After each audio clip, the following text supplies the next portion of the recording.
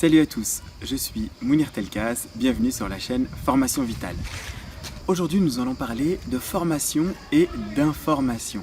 Alors on entend l'information est disponible partout et que l'information n'a jamais été aussi accessible partout. Le sujet de la formation et de l'information est beaucoup plus précis que ça. Avant tout, il faut faire la différence entre ce qu'est une formation et ce qu'est une information. Une information, c'est disponible immédiatement, mais il faut aller la chercher, il faut être conscient que l'on a besoin de cette information, ou lorsqu'on connaît l'information précise dont on a besoin, à ce moment-là, on est capable d'aller chercher et de la trouver assez facilement partout sur Internet, quel que soit le sujet. À partir du moment où vous avez la connaissance de l'information dont vous avez besoin, à ce moment-là, aucun souci, toute information quasiment est disponible gratuitement sur Internet ou presque. Donc pour trouver une information, la condition sine qua non est d'être conscient qu'il nous manque cette information. Autrement dit, d'avoir une incompétence consciente. D'accord ? Donc d'être au courant de l'information que vous n'avez pas. La formation, contrairement à une information, c'est une procédure, une méthodologie, et si vous la suivez pas à pas, et si la formation est bien faite, bien sûr, la formation vous permet d'atteindre l'objectif que vous avez défini. Ça se rapproche beaucoup plus d'une recette de cuisine. Donc si vous suivez la recette, vous avez bien votre gâteau ou votre plat correctement réalisé. Bien sûr, il faut suivre cette recette scrupuleusement, et si vous la suivez scrupuleusement, vous aurez exactement le même résultat que celui qui a constitué la recette, pour peu qu'elle soit correctement réalisée. Maintenant, la différence fondamentale entre la formation et l'information, c'est que la formation, on vous donne toutes les données, celles que vous connaissez, celles que vous ne connaissez pas, celles dont vous n'avez même pas idée. Alors qu'une information, vous devez être conscient de votre incapacité à réaliser telle ou telle tâche et d'aller chercher cette information-là. Alors que la formation vous accompagne pas à pas. On a parlé d'information, on a parlé de formation.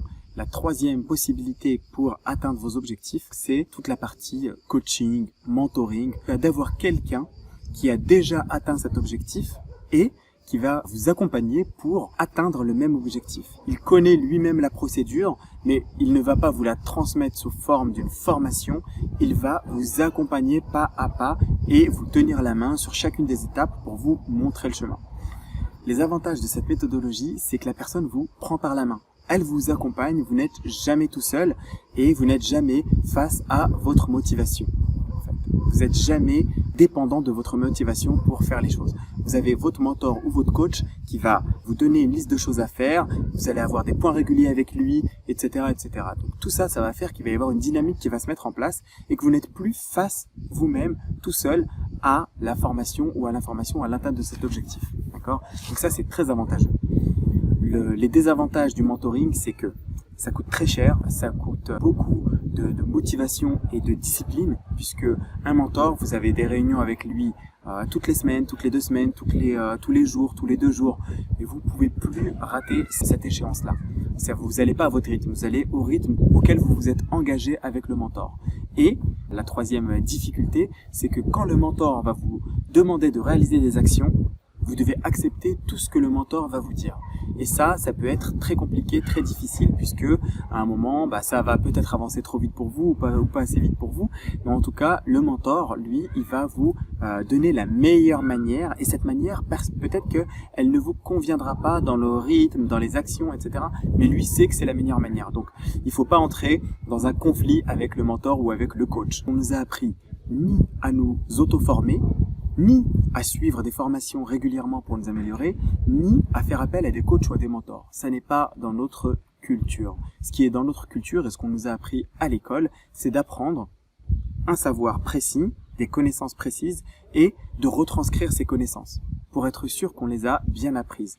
Mais à aucun moment, on nous a donné des procédures complètes pour acquérir de nouvelles compétences. Acquérir de nouvelles compétences est une chose très difficile au début, mais une fois qu'on a acquis cette habitude d'acquérir des nouvelles compétences régulièrement, de suivre des procédures et d'atteindre des objectifs, d'avoir des résultats, à ce moment-là, il y a quelque chose qui va se passer dans notre cerveau et on va être de plus en plus friand et on va être de plus en plus ouvert à ce nouveau mode d'apprentissage qui va être la formation ou le coaching ou bien sûr l'auto-formation. Le problème de l'auto-formation, vous l'avez compris, c'est que c'est très long. Ça va s'assimiler à de l'expérience, tout simplement. Quelqu'un qui a acquis une expérience au cours des 20 dernières années, mais à chaque fois qu'il s'est heurté à un problème, il a essayé de trouver une solution, mais c'était très long. Alors que lorsqu'on vient chercher une formation, bien sûr, vous l'avez compris, il y a un objectif qui est défini très clairement, et cet objectif, il est atteint grâce à la fameuse procédure que vous allez pouvoir suivre, à savoir la formation. Pour résumer, l'auto-formation, c'est très long et très dur. Il n'y a pas un objectif précis derrière cela. C'est plutôt au quotidien. Vous arrivez à acquérir des compétences ici et là, des informations ici et là. Et au bout d'un moment, toutes ces compétences et toutes ces informations viennent s'agréger et se compiler comme un puzzle qui vient s'assembler. Ça prend beaucoup de temps, c'est plus profond, c'est beaucoup plus sûr, mais ça prend énormément de temps. Tout ce qui est mentorat, coaching, c'est très bien pour atteindre des objectifs très rapides, mais ça demande énormément de discipline et ça demande beaucoup d'argent et ça demande aussi beaucoup d'acceptation de tout ce que va dire le coach. D'acceptation dans le rythme, d'acceptation dans les actions, etc. Parce que le coach va toujours vous aider à vous dépasser, à sortir de votre zone de confort. Donc ça peut être très très dur au début et beaucoup de personnes démarrent des coachings et ne les terminent pas. Ensuite, vous avez bien sûr la formation qui vous permet d'aller à votre rythme, de regarder les choses de plusieurs fois, de revenir dessus, de les regarder une première fois pour avoir la vision globale et de les regarder ensuite une deuxième fois vraiment détail par détail pour aller mener les actions pas à pas. Comme quand vous regardez une recette de cuisine, vous regardez d'abord toute la liste des ingrédients, combien de temps va prendre la recette, et une fois que vous avez tout ça, vous remettez la recette à côté, vous récupérez tous les ingrédients dont vous avez besoin, et vous resuivez la recette pas à pas, cette fois en ayant une vision globale, en ayant tout préparé, la poêle, le four, tous les ingrédients, et là vous pouvez resuivre la recette pas à pas. Une question à vous poser, et je vous invite réellement à vous la poser, c'est: quelle est la dernière compétence que j'ai acquise volontairement et comment je l'ai acquise?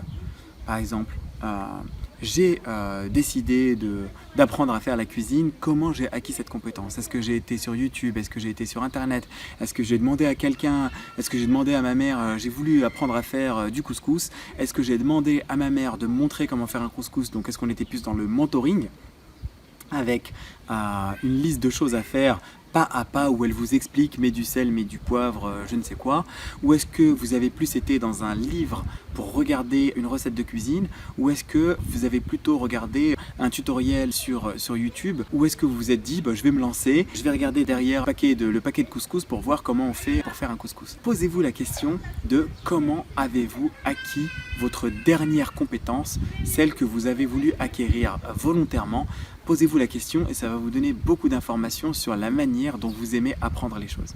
Donc voilà la différence entre auto-formation, coaching, mentoring et la formation, notamment la formation en ligne. Si vous êtes intéressé par ce sujet, je vous invite à vous inscrire sur une formation gratuite que vous trouverez dans la description. N'oubliez pas de vous abonner et de cliquer sur la petite cloche pour être notifié lors des nouvelles vidéos.